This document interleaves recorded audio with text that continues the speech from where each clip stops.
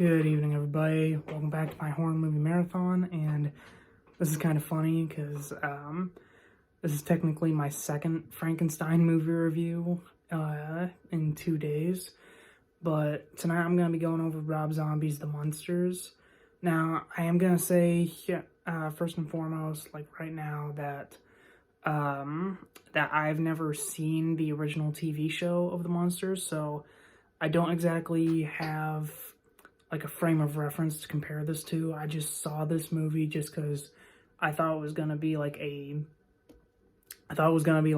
fun, silly kids film that was being made by Rob Zombie, the guy who usually makes like some of the most obscene and graphic horror movies. So I was just curious to see what he'd do with basically like a kids show, right? So this kind of piqued my interest when it came out. I believe it was last year. It was last year or 2 years ago. But I'm not blind. I'm not one of those people who thinks that like Rob Zombie's like just like a Martin Scorsese or Quentin Tarantino of horror movies. Even though I do like his films, I do get why a lot of people hate them. Case in point is the Halloween films. I mean, there's some people who just absolutely despise what Rob Zombie did with them, and I completely see their points. However, I can't help but just enjoy those movies for what they are. Same thing with his, I think his debut films, House of a Thousand Corpses and The Devil's Rejects. 3 from Hell was okay. But my point is, like, I don't hate Rob Zombie as a filmmaker. So I decided to check this out when it first released and went straight to Netflix. And honestly, I mean, it was a little bit bad, but I don't think it was as bad as people made it out to be last year. Like, the writing is pretty dumbed down, but I mean, it's also a kids movie, so I'm not trying to put that I'm not trying to put it down too much. The acting is meh. Like I said, I haven't seen the Munsters TV show, but from what I heard, the guy who plays Herman Munster, the Frankenstein character, was terrible. Like I said, I don't have a frame of reference, but I do personally, I think that him having like a high-pitched voice, like, or a higher-pitched voice,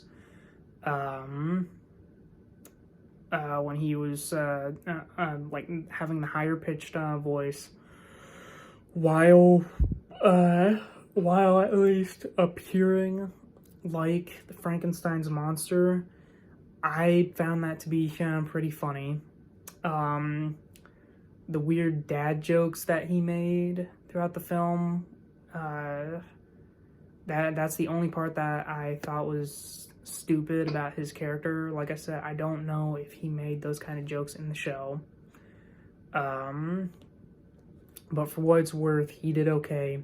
The guy who played the Dracula character, who was Lily's father, I thought he was actually pretty good. He got quite a few laughs. He got quite a few laughs out of me.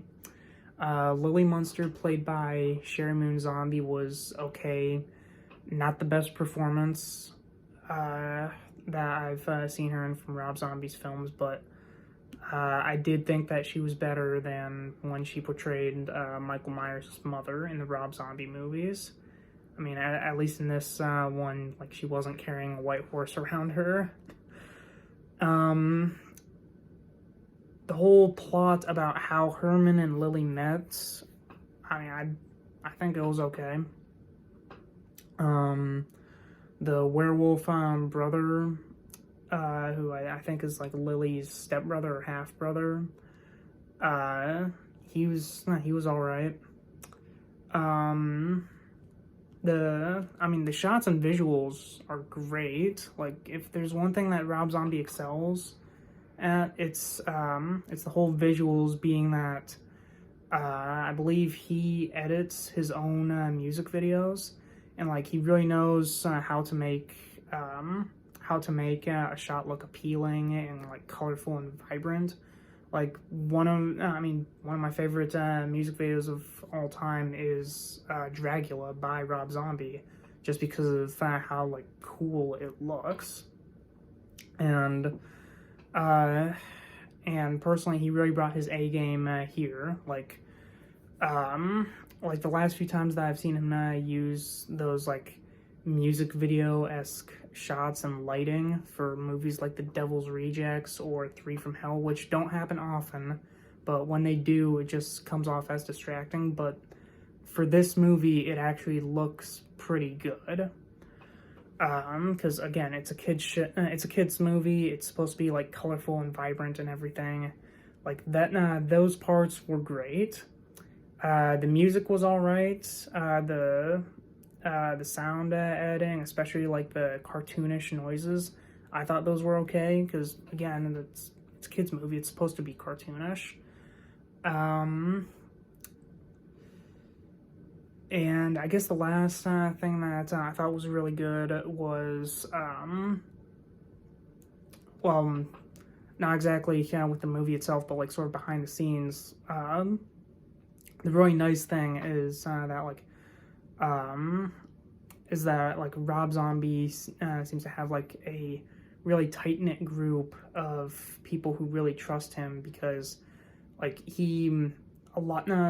some of the actors that he has used in previous films, they came back to do this. Sharon Moon Zombie was just a given, but another one that I can think of off the top of my head was Richard Brake, who was sort of like the Dr. Mad Scientist who like gave Herman Munster life. I'd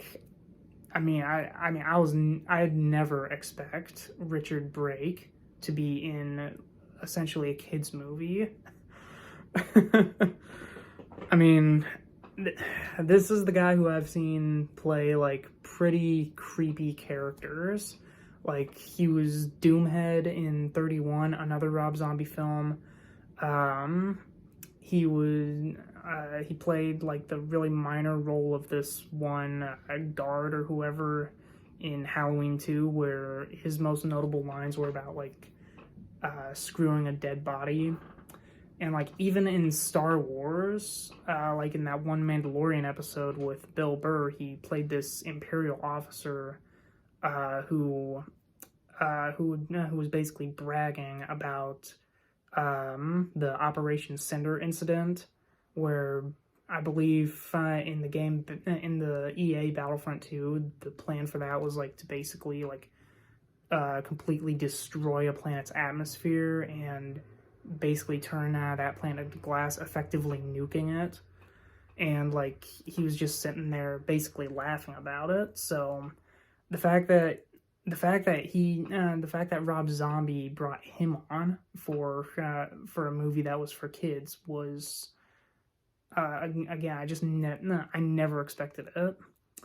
Now, given that it's a kids movie, there's not a lot of horror in it, so that which would probably make it a little bit weird that I'm putting this in like a horror movie review series, but like the DNA is still there, because it all harkens back to like the classic Universal Monsters films. It even has like the original Universal logo at the very beginning.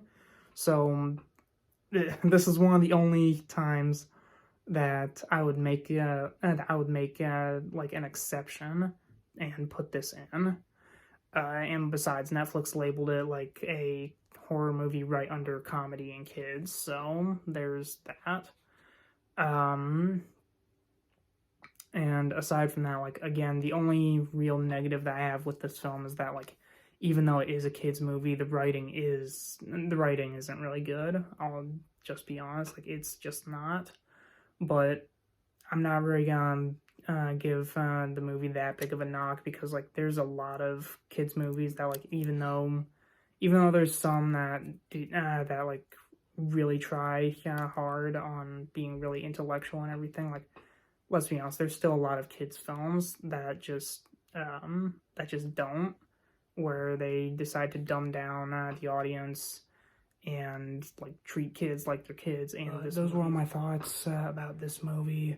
I mean, I get if a lot of people are gonna disagree with this one, because like, again, like I haven't seen the TV show, so I don't know how the characters are supposed to act, or like how the tone of the series is supposed to be. But personally, I liked it. I think it's a harmless kids movie, and like and if nothing else, like it's just a fun movie to just play in the background and keep your kids busy with. But that's it for this review, and well, let's just say this isn't the only like family-friendly kids Halloween movie that I'm gonna be covering this month. So keep your eyes peeled for that one, and I'll see you guys tomorrow for another one. Bye.